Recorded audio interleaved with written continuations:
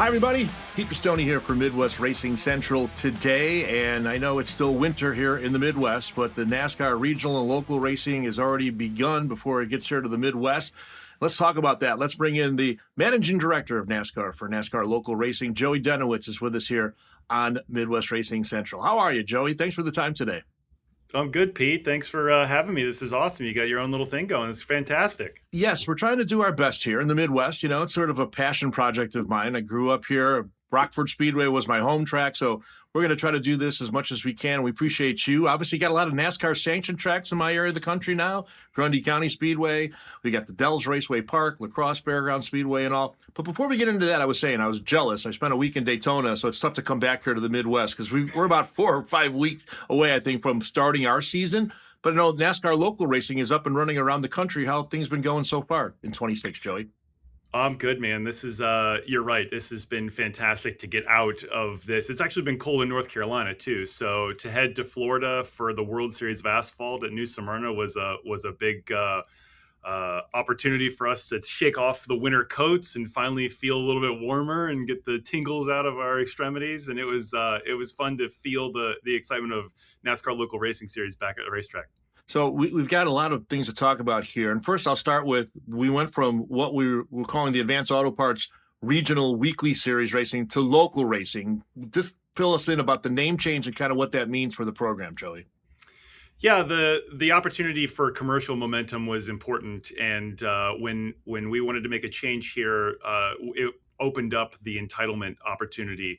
Major partnerships are a big part of what makes this whole thing go round, right? We have a national point system that pays out a fair amount of money to champions like Jacob Gady, who won his second last year out of Elko, the Dells, and La Crosse. So this gave us an opportunity to change it up, make it a little bit easier for people to understand. You're a local racing series, regional racing series, national racing series, make that ladder a little bit easier, but then also opened up some assets for O'Reilly Auto Parts and Grizzly nicotine pouches that also came on board for this.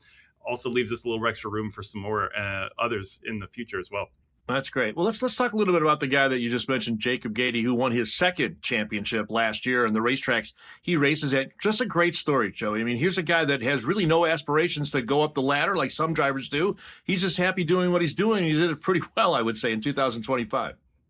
Yeah, winning his first lacrosse track title in 2025 was pretty special. But to go back, two-time national champion, his daughter's race, does it all with him and his little family, and goes to the racetrack.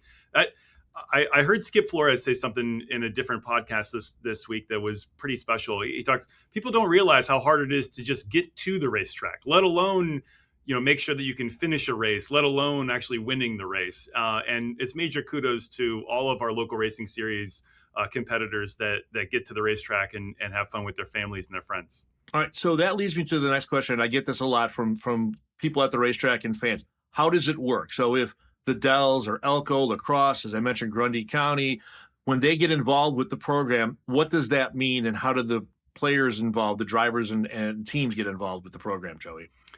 Well, there's a number of assets that come along with a local racing series opportunity and a sanction, and what that means is there's increased insurance, there's a national point standings, and then there's also the opportunity to use the fact that you're a NASCAR driver, right? Which is a big opportunity for your partners and your sponsors and your fans that want to be able to identify it. So those are kind of the three main pieces of it. There's a whole slew of other things that local tracks can find out more about.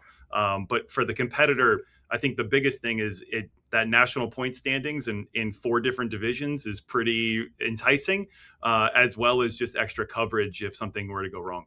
Yeah, so that's the other question I was going to have. So, like, for instance, I use Grundy County as an example. They have a lot of different divisions, super late models down to hobby stocks and sportsman and mid-am. How do those line up in terms of being available and eligible for the national championship?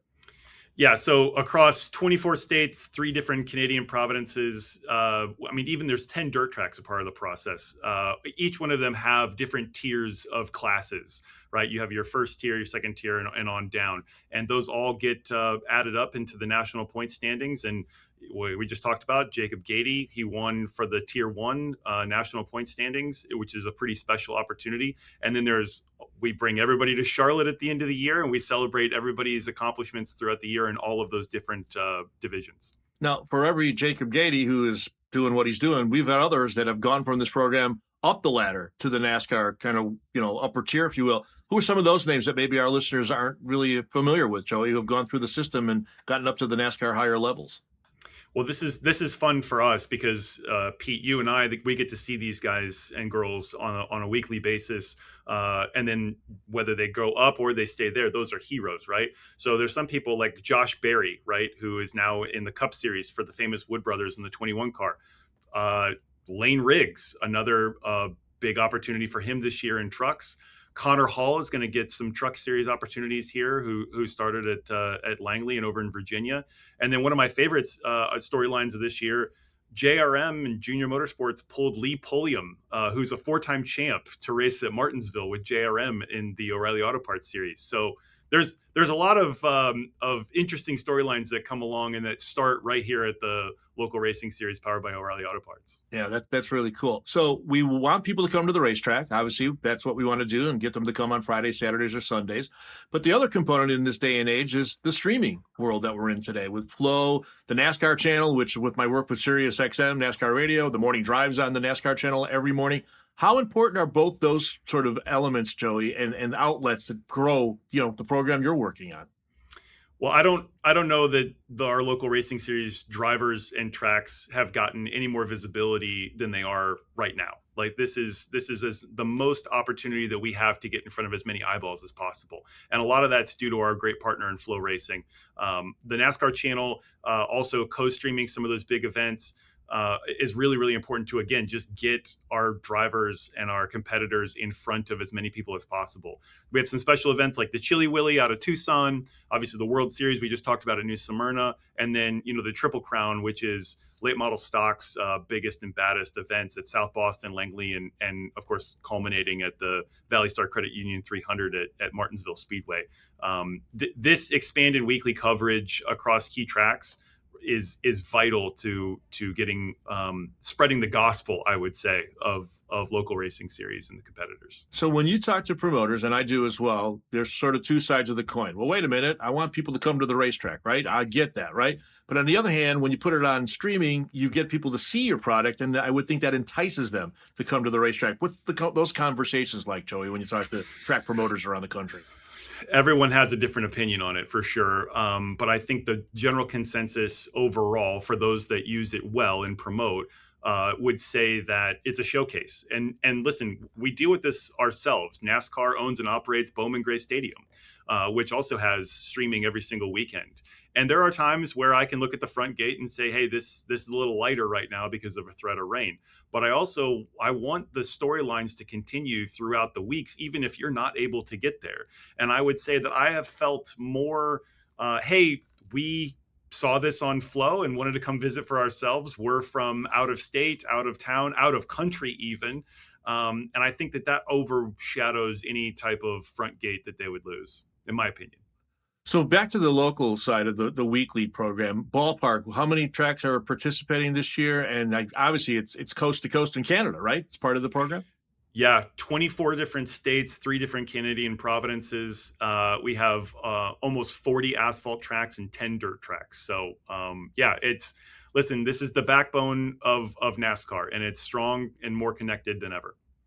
So the other part of what you kind of oversee, as I mentioned, on the local racing, we have some regional tours. The ARCA series is part of that. What are some of the other ones for our listeners here in the Midwest who maybe don't know what's under the NASCAR umbrella, Joey?